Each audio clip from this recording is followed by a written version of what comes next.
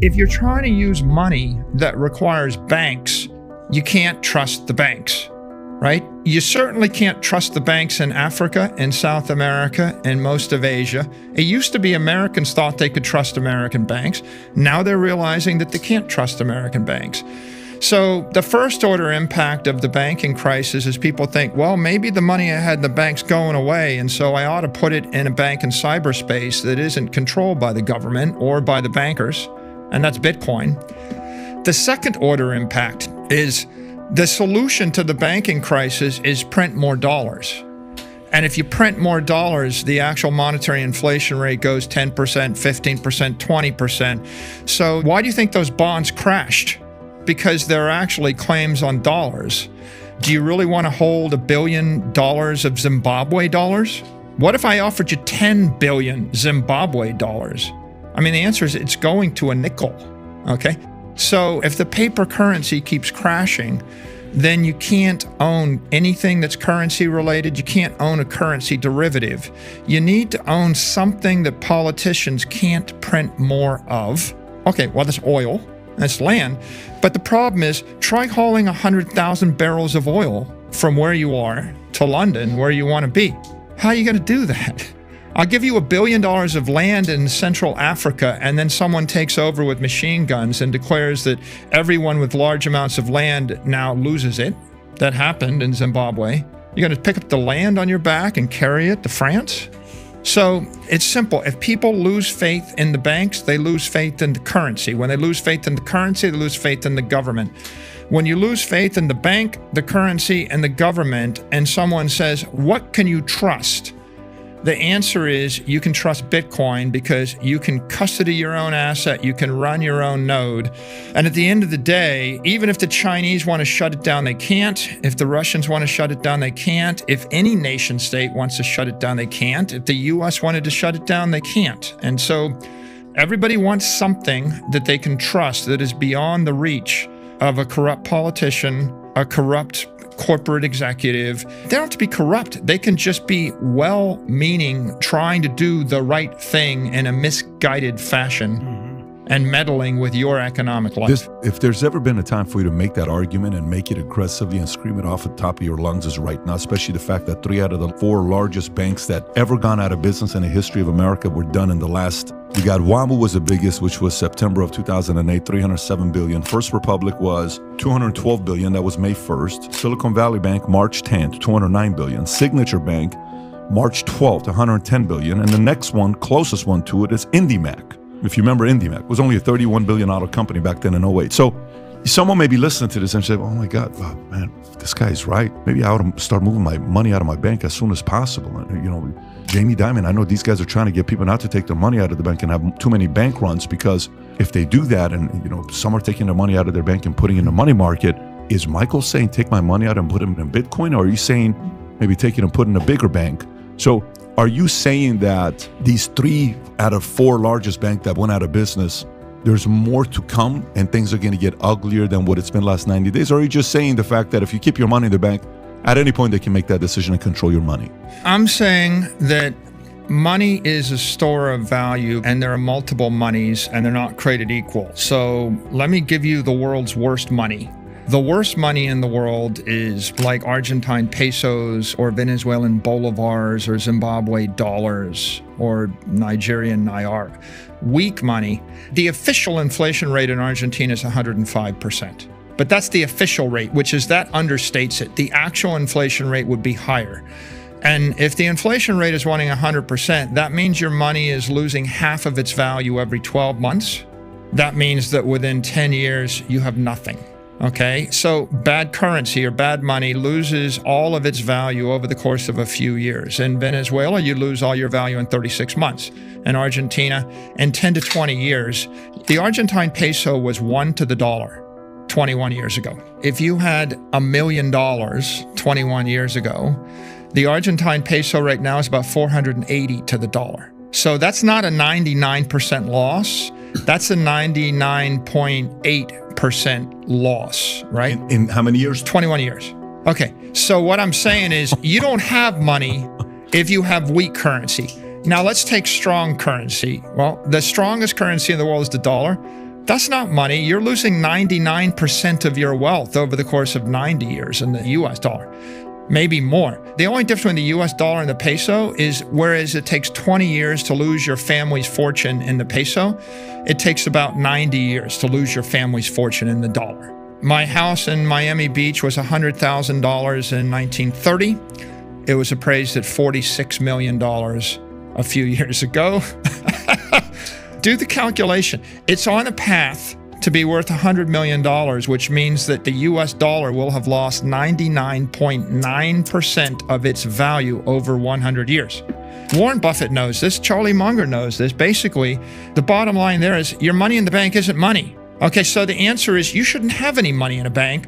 You're basically losing 7% of all your wealth every year in a good year. If it's the dollar, you're losing 15% of your wealth in a not good year. If it's the dollar, you're absolutely losing all your money over the course of a decade.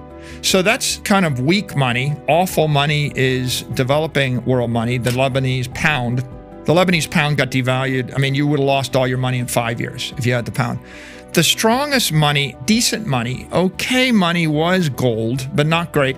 The strongest money in the world is Bitcoin because Bitcoin is absolutely capped at 21 million. It is global money. You could take $1 billion of Bitcoin across a border. You can transfer it to a counterparty and no government can interdict that and nobody can inflate that. And so my answer there would be you can't trust any bank. You certainly can't trust a bank in Lebanon. Read about Lebanese banks. You can't trust a bank in Africa. You can't trust a bank in Asia. Michael, but if you call Chase, their customer service is amazing. How is the customer service with Bitcoin when you call the 1-800 number? Bitcoin is a bank in cyberspace run by incorruptible software. It's going to keep your money. If you are incompetent, then you're going to suffer the consequences. But let's think about what banking executives in the U.S. do. The U.S. banking system is the best in the world. Here's what they do. You put $100 billion into the bank. They have the deposits. They turn around. The Federal Reserve interest rate, short-term rate, was 0. And these guys went and invested $100 billion of those deposits in mid-dated, long-dated sovereign debt that was yielding 1.8% interest. The Federal Reserve took the interest. Would you loan me money for 30 years at 3% interest rate? Like, can you imagine that? If the inflation rate was 8 or 10%, would you loan money out at 3% interest rate for the rest of your life? Not in a million years. Okay, that's what the banking executives in the US did. Not just the ones that went bankrupt, right? There's a host of banks. I think they had, like $800 billion of unrealized losses or something. A host of banks went, and anybody that bought mid-dated or long-dated bonds at the bottom of the market when interest rates were 0, they were loaning out money forever at 2% interest or 3% interest or 1.5% interest. And as soon as you redeem, what happened, of course, is the Fed raised interest rates from 25 basis points. Actually, the rates went from 0 to 500 basis points in 12 months, about. That's the sharpest increase in interest rates in memory. That in itself is, I'm not going to say what it is, it's just horrific, terrifying to think that any public servant would do that. But it's equally terrifying to think that if I was your money manager and if you had given me all your money when interest rates were 0, and I said, well, I guess interest rates will stay 0 for the next 30 years, and so I'm going to loan it out as a bond and lock in a price of 2%, you would have thought I was crazy. No, there is no individual, no rational corporation, no economic actor that would loan money forever for 3% interest when inflation is running double or triple that. So the question is, who would? And the answer is a bureaucrat, either a governmental bureaucrat, someone that is coerced by regulatory policy where they're forced to. For example, a bank can't buy Bitcoin, but a bank is almost obligated to buy treasuries. So the politicians create a set of rules that strongly encourage you to do certain things and strongly discourage you to do other things. And generally, they encourage you to do the thing which is probably least economically viable. There are probably local organizations and banks in foreign countries that own their own local currency, right? Like, would you buy, an African currency with an inflation rate of 200% a year? No, but people do. Why? Because the government controls or owns the entity, and so they force that. What I think happens to the banking system is all of the regional banks, the small, mid-sized banks, are at a massive disadvantage right now because the government is showing that they're not going to bail out those equity holders. So there's a migration of deposits from the small banks to the big banks. You know, the JP Morgans, the Bank of Americas, the mega banks will continue. They'll be just fine. They'll be supported by the government. The small banks are going to struggle, and that's what you see going on right now. If you're a depositor, I mean, you'll probably get bailed out by the government. If you're a bond holder in the bank or an equity holder of the bank, you won't get bailed out, right? And so there's a crisis for investors. Whereas everybody that's a depositor doesn't want to sit around and take the risk. I mean, who wants any anxiety? So I think that to the extent that you rely on banks, clearly the world is waking up. The US is waking up and they're thinking, I want to be with big banks. I wouldn't have my money in a bank anywhere outside the US in a weak country, right? You need to be in a rich, strong country with a rich, strong bank. With regard to what individuals should do, I think the logical answer is for expenses, if you have expenses in the next 3 months, you have your expenses in the local currency, which is the peso, the naira, the whatever, because it's legally obligated for you to pay in the local currency. For the next 3 years of expenses, or 1 to 3 years of expenses, you put your wealth in the strongest world currency in the world. That's the dollar right now, but you make sure that you have that currency either self-custodied or you have it in a bank that you trust. That's hard. If you can't find a bank, if you were in Lebanon right now... Can we trust you, bank? If you were in Lebanon right now, you wouldn't put your money in any bank. You would actually put it on the Bitcoin blockchain. For any amount of money you want to keep the rest of your life, if you want to give it to your kids, if you want to actually retire on it, anything that's investable asset, you would put it in Bitcoin. You would put it in the strongest possible world currency, the global money, and that's Bitcoin. You're not going to get rich investing in dollars, and you'll lose all your money if your dollars are in a weak bank, and if your dollars in a strong bank, you'll just get poor slowly. You're going to get poor rapidly if your money is in not the dollar, but a weaker currency, and you're going to get completely bankrupt if you trust a weak bank. And so MicroStrategy, by the way, we had like $90 million. We had $4+ billion worth of Bitcoin. So go figure, right? 98% of our assets are actually in the strong money. 2% is in the world's strongest currency in a good bank and one of the big 4 banks. And that's about as much exposure as I want to a currency. What I'm saying is the 29% ARR is the risk-free cost of capital in the crypto economy. And the way you get to that number is Bitcoin's been going up about 55 or 60% a year for the past 4 years. It's been going up a little bit faster before that, but right now Bitcoin's appreciating 60% a year. The S&P index, which is the conventional cost of capital, is more like 14, 15% a year. So you've got like a 4x difference. The mainstream economy is plus 15 points, Bitcoin is 60. They're going to converge. As Bitcoin gets to the size of the S&P, when it's 100 trillion or 200 trillion and it's close to the S&P, it's going to be 1.5x the performance of the S&P and 1.5x the vol. The VIX, which is the S&P volatility, is about 15. The ARR is about 15. Bitcoin's like 60. And you can figure it out from the law of large numbers. When Bitcoin's a $100 trillion asset class, it's not going to be as volatile. And of course, at some point, companies in the S&P are all going to hold Bitcoin. And so like, if MicroStrategy gets in the S&P and Tesla owns Bitcoin and other companies, if Microsoft starts buying Bitcoin, pretty soon the performance of Bitcoin is going to goose up, is going to improve the performance of the S&P, and then Bitcoin's going to converge. Bitcoin's always going to be more volatile because it's 24/7, 365, and it's always going to be higher performance because it doesn't have the risk factors of property or companies and the like. That's a very useful chart. You can pretty much understand the world if you focus on that, which is if you capitalize on bonds, you're minus 5%. That's why all the banks are struggling, and that's why operating companies can't accumulate capital. Because what that's telling you is that if you're using bonds as capital, it's toxic. It's sucking 5% of your life out of you. And look at the cost of capital, 15%. So here, if you use bonds, you're minus 20% versus the S&P. That means that it's an awful way to build shareholder value. If I asked you, do you want to hold $100 billion of cash in bonds and you're Apple or Microsoft, the answer is no, because it's minus 20%. You might as well just give it back to the shareholders. They put it in the S&P index. But now look at the other side. Bitcoin is 4x that. So if I said you could put $100 billion into bonds or $100 billion into the S&P or $100 billion into Bitcoin, which of the three charts do you want? It's pretty obvious. You take the 60%. So what MicroStrategy did is we capitalized on Bitcoin, which is 60%, and then we levered it up with cheap convertible debt and equity raises, and we got to 120%. And that's how we ran 30x. That's why we outperformed NVIDIA. We're 2 or 3x NVIDIA over this time period, because we're actually capitalized. Now, coming back to the idea of growth, look, the big idea here is there's $450 trillion of money invested in bonds, invested in real estate, invested in equity by wealthy individuals, families, and institutions, and it's just for a long-term store of value. People that are wealthy just want to stay wealthy. People just want to keep their money.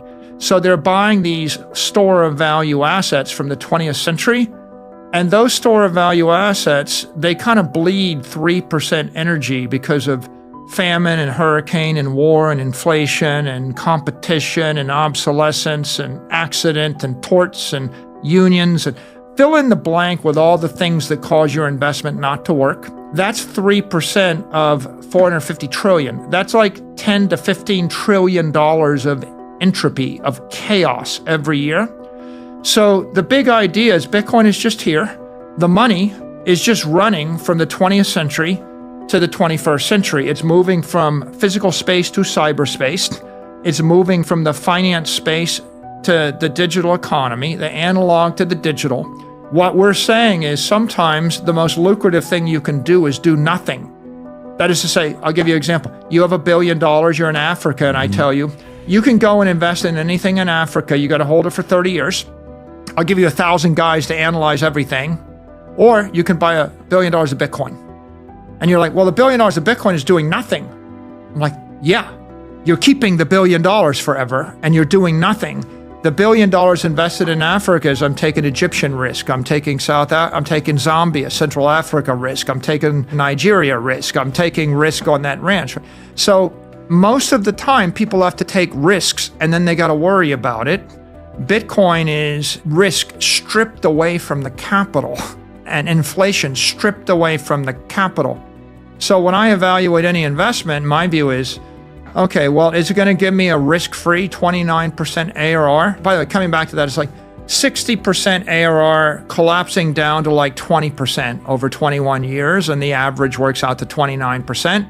And the assumption is the dollar supply keeps growing at 7, 8, 9%. And then you get an additional gain because we invent robots and AI and flying cars. And so the actual S&P index is growing because the US prints more dollars. But it's also growing because we invent obscenely cool, useful things like the iPhone or like an electric car. So the future is good, but at the end of the day, Bitcoin's future is just pure digital capital. And I look at it as, why don't I just keep buying something going up 29%? All I got to do is borrow the money or raise the money at a cost of capital less than 29% over 21 years.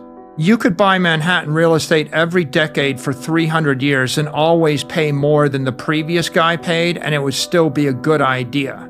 And that's because it's the greatest city in North America. Yeah. Everybody wants to do business there. There's a limited amount of land. It's a perfect rock, limited amount of land. So there's never a bad time to buy Manhattan. But even if you look at this though, Louisiana, we bought it for 15 million, APR 6.3, payoff 12 trillion.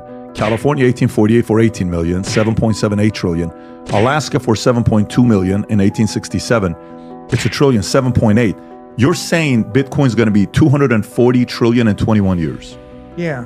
Just very easily, the way you say it, it's not a big deal to you. I mean, look, the takeaway from that slide is the key to getting rich is by scarce, desirable property. Pay for it with fiat. I mean, how much is a guilder worth today? Like, pay for it with money you printed, borrow the money. You know, we borrowed the money to pay for Alaska. I mean, the country was broke in 1867. We just fought the Civil War. But what did we do? This guy Seward had the vision to print a $7.2 million check, pay off the Russians. And so number one thing, buy the property. Number two thing, hold it for a long time, because it might not feel like much, but when you're compounding over 100 years or 200 years. So what do all those four have in common? Well, they're all something you would want to hold for more than 100 years. And so what is Bitcoin? Bitcoin is the next frontier. We've already gone as far west as we can go. Now we have to go to cyberspace. I mean, eventually we'll go to outer space, but we're waiting for upgrades in propulsion to go to Mars and the asteroids. But between now and then, you go to cyberspace, and the real point is Chinese billionaires, Russian billionaires, African billionaires, South American billionaires, every company on the planet would rather have their money in the US, but they can't get it to the US. So where else can I put it? I can put it into the city of Bitcoin. I buy Bitcoin, I sell Africa, I sell Venezuela, I sell Russia, I sell Siberia, I sell China, I buy Bitcoin. Bitcoin is digital capital. Everybody wants it. Everybody knows about it. No one can steal it from you. And what's the use case? Well, the use case is to get rich or stay rich, which is like half of everything. The great irony is people can't figure out what it's good for. It's like for the last 10,000 years, people have been trying to figure out how to get money and keep it. What it's good for is the wealth that allows you to power your family, your country, your company.